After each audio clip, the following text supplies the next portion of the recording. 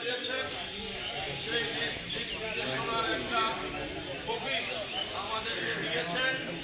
এই ৩১ দফার কর্মসূচি, এই ৩১ দফার কর্মসূচির মধ্যে আমাদের দেশ, আমাদের রাষ্ট্র কাঠামো, আমরা কিভাবে দেশ পরিচালনা করব, দেশে কিভাবে বিচরণ করবে জনগণ, জনগণের স্বাস্থ্য কিভাবে সেবা করবে, জনগণের আর্থিক এবং তার জনগণের চাকরি সব কিছু এখানে এই ৩১ দফার কর্মসূচির মধ্যে রয়েছে। এই ৩১ দফার কর্মসূচি যদি আমরা একটু পড়ি, যতটুকু পারি আমরা পড়ি, সব কিছু আপনারা আপনাদের একটা ধারণা হবে, আপনাদের একটা বিবেক বুদ্ধি আপনাদের এই বাইরের মধ্যে একটু থেকে আপনারা বাংলাদেশ এখানে আমরা রাজনীতি করি, আমরা সমাজনীতি করি, আমরা রাজনীতি করে সমাজনীতি করি, সমাজকে উন্নয়ন করার জন্য প্রতিটা পাড়ায় প্রতিটা ঘরে ছেলেদেরকে একটা চাকরি, তাদের পরিবারকে সুন্দরভাবে চালানোর জন্য সেই ছেলেটা দাবি বা একটা ভালো শিক্ষিত হয় তাহলে তার একটা কর্মসংস্থানের দরকার। সেই কারণে এটার মধ্যে লেখা আছে, এই কপির মধ্যে লেখা আছে আমরা সমাজকে উন্নয়ন করার জন্য একটা সমাজকে যদি আমরা উন্নয়ন করতে পারি তাহলে একটা দেশকে আমরা উন্নয়ন করতে পারি। সামাজিকভাবে আমরা বিচরণ করতে পারি, সামাজিকভাবে যদি আমরা থাকতে পারি তাহলে আমরা মিলেমিশে আমরা এই সংগঠনকে এখানে আমরা জানি আমাদের এখানে আমাদের প্রথম আফসারুল আমিন ছিলেন এখানে মন্ত্রী, উনি মন্ত্রী থাকা অবস্থায় উনি কাজ করে গেছেন, এখন আমরাও আসতেছি কাজ করার জন্য। অতএব এখানে ভেদাভেদ ভুলে গিয়ে যখন যার অবস্থান তৈরি হয় তখন তাকে সেইভাবে গ্রহণ করতে হবে। আমরা ভেদাভেদ ভুলে গিয়ে আপনারা জানেন আমরা এখানে কাজ করতে এসেছি, সমাজের উন্নয়ন করতে এসেছি। আমরা এখানে কোনো ভেদাভেদ এটা মুক্ত হয়ে আমরা এখানে এই দেশটাকে পরিচালনা করার জন্য আমরা চেষ্টা করে যাচ্ছি। এখানে জানেন হয়তো আমাদের মতের মধ্যে পার্থক্য থাকতে পারে, কিন্তু এখানে আদর্শ দিক থেকে আপনারা চিন্তা করবেন আমরা কিভাবে অগ্রসর হতে পারি। এখানে আপনারা চিন্তা করবেন কার উপর নির্ভরশীল হলে আপনারা আপনাদের এলাকাকে সহজের ধারাবাহিকতা।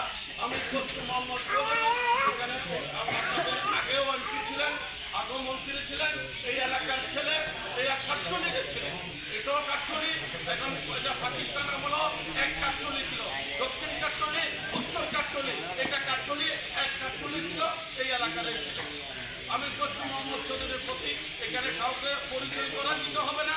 এখানে আমির খসরু মোহাম্মদ চৌধুরীকে আপনারা সবাই চিনেন, সবাইকে উনিও চিনেন, উনিও আপনাদেরকে সবাইকে চিনেন, ঘরে ঘরে সবাইকে চিনেন।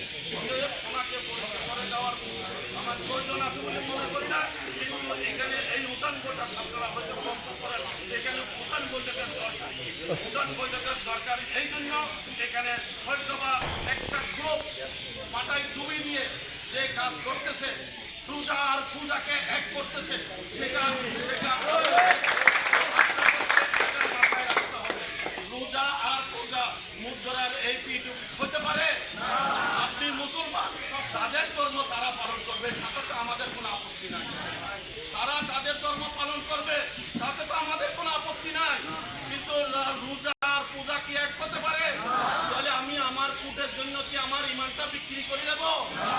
আমি আমার ইমানটা বিক্রি করবো না। আমি ভোট দেব, কাকে দেব? আমি ইমান বিক্রি করে তো আমি ভোট দেবো না। আমি ভোট দিতে হবে, আমার ইমানটা ঠিক রেখে আমাকে ভোট দিতে হবে। মসজিদে কোরআন করতে দেওয়া হবে না যদি মসজিদে আমি রাজনৈতিক আলোচনা করতে না পারি। ওদেরকে থেকে আপনারা সাবধান হতে হবে। এখানে রাজনৈতিক এবং ক্ষমতার পালা বদল হবে, কিন্তু আপনারা পালা বদলের দেশটা আপনারা নিজেরা একটু বিবেচনা করে, আপনারা নিজেরা একটু চিন্তা করে নিজেদেরকে তৈরি করতে হবে। কি জন্য আমরা এই উঠান বৈঠক করতেছি? এখানে ঘরে ঘরে যাইয়া অনেককে মেসেজ দিচ্ছে আপনারা অমুককে ভোট দিলে জান্নাত যাবেন। আরে জান্নাতে যাওয়ার মালিক তো আল্লাহ। জনগণ কি জান্নাত দিতে পারে? একজন বড় মৌলানা কি জান্নাতে যাওয়ার টিকিট দিতে পারবে? জান্নাতে যাওয়ার টিকিট হলো আপনার কলব আপনি পরিষ্কার করে আপনার ইমানদারি মতো আপনি চলবেন, আল্লাহ আপনাকে জান্নাতে দেবে। আর জান্নাত দেওয়ার মালিক তো আল্লাহ। ঘরে ঘরে অনেক মহিলা যাচ্ছে, আপনারা সেই মহিলাদের থেকে সাবধান থাকবেন। এখানে জান্নাতে যাওয়ার কোনো টিকিট কোনো মুসলমান বা কোনো জনগণ দিতে পারে না। অতএব আমাদেরকে সতর্ক থাকতে হবে, আমাদেরকে সজাগ থাকতে হবে। আমরা যাতে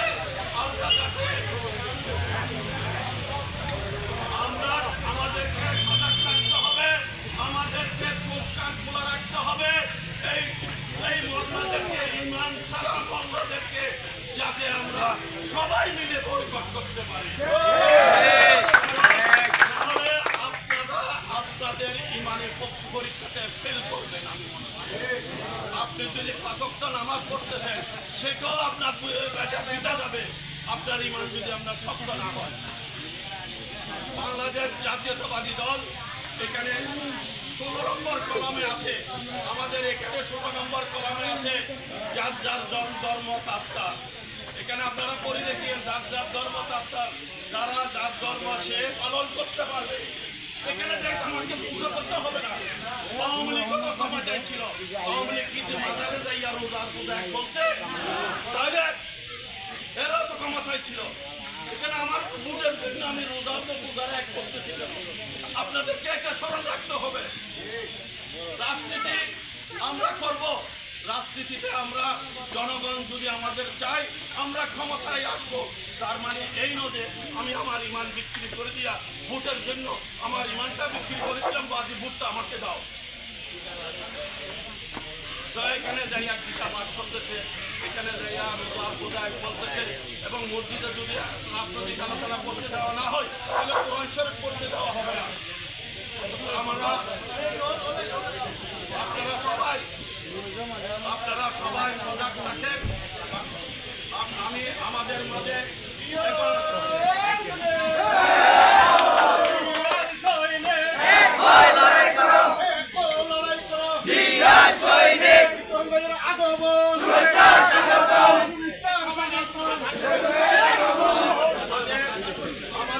উপস্থিত হয়েছেন। আমি বলছিলাম এতক্ষণ পর্যন্ত আমাদের মাঝে উপস্থিত হয়েছেন আপনাদের কাঠগড়ির সন্তান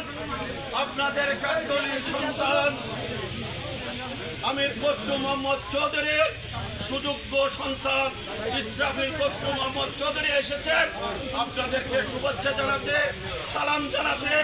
ওনার আব্বার পক্ষ থেকে উনি আপনাদের কাছে এসেছেন সালাম জানাতে, শুভেচ্ছা জানাতেন। আমরা যখন আপনাদের বলেছিলেন